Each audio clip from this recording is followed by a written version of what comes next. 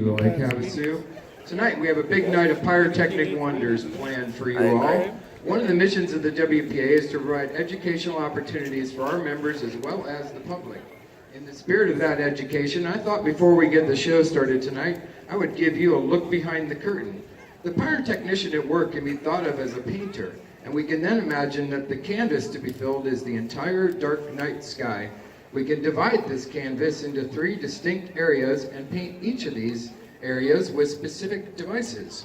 Let's just go ahead and crack open the pyrotechnician's big metal wood-lined art box and take a look at a few of these effects and see how we can combine them to paint the night sky. That's that big art box cracking open. When we start to plan our painting, we first start at the ground level with the lowest type of effects. We have strobes that, as the name implies, are strobing and blinking. Very nice. Hey, we also have effects called gerbs. These produce a shower of sparks that will continue to reach a specific height for a specific amount of time. Hey, look at that. Let's go into a specific height for a specific amount of time. We also have effects called flame projectors, and can you guess what they do? They project flame! The next set of effects needs to reach a little higher and fill the lower area of the night sky. First we have mines. Right?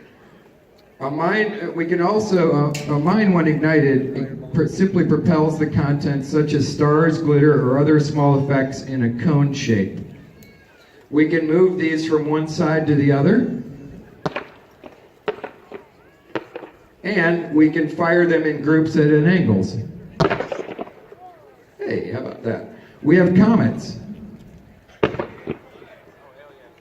A comet is basically a solid chunk of pyrotechnic material that, when ignited, rises into the night sky with a uniform tail before burning out at a predetermined height. We can also add horizontal movement to these.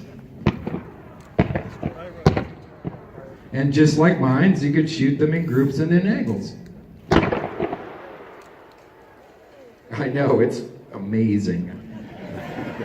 The lower level of the display can also be filled with multi-shot devices, commonly referred to as cakes. A cake is a device that has from 9 to 900 tubes in a box shape. It's fused together in such a way that when ignited, the device fires each in a quick or slow succession. A cake or multiple cakes can be a good way to fill in a large area with effects. You can also add volume and intensity to a finale with a single ignition.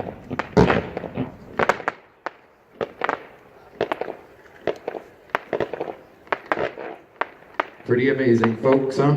The next area in the display we want to paint is the mid-level or main body area of a display. This is primarily done with spherical or canister shells from 3 to 5 inches in diameter. And just for reference, most shells will rise 100 feet per each inch in diameter, so a 3-inch shell will rise roughly 300 feet before bursting.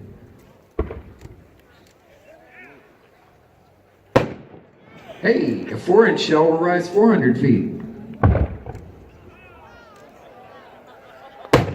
I know, it's amazing, isn't it? So the next thing we want to do is put into play the high-level effects. These are layered over the mid-level effects we just looked at. Let's take a look at a 6-inch shell. But before we do that, can anybody shout out how high that one will go? 600 feet! Yes!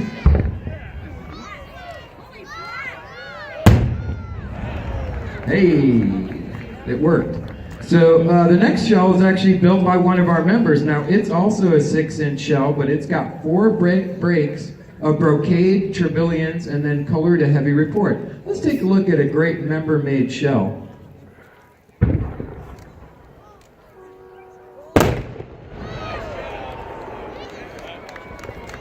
You remember Gandalf in The Lord of the Rings when he brought the fireworks? That's what we got here. These are Gandalfs making their stuff. So here's the 16-inch shell. Oh, I'm sorry, that shell was made by Wiley. The next one we're going to take a look at is the 16-inch shell. Can anybody tell me how high that will go? 1,600 feet, if it goes right. And that's made by Mark Merton.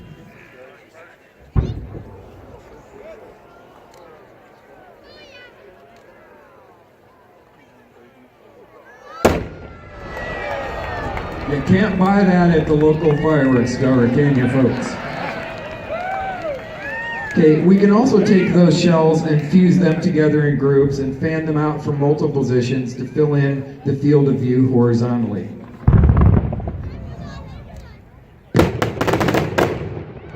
Hey! Okay, so now that we've seen some of the tools in the Pyrotechnicians art box, let's put that all together and paint a little picture in the sky. It looks like we have a nice fresh sky canvas, so are you ready, Lake Havasu?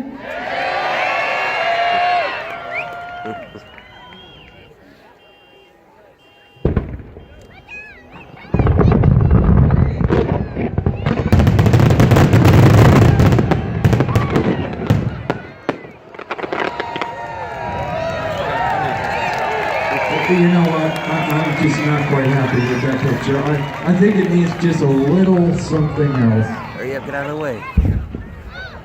Oh, there goes one.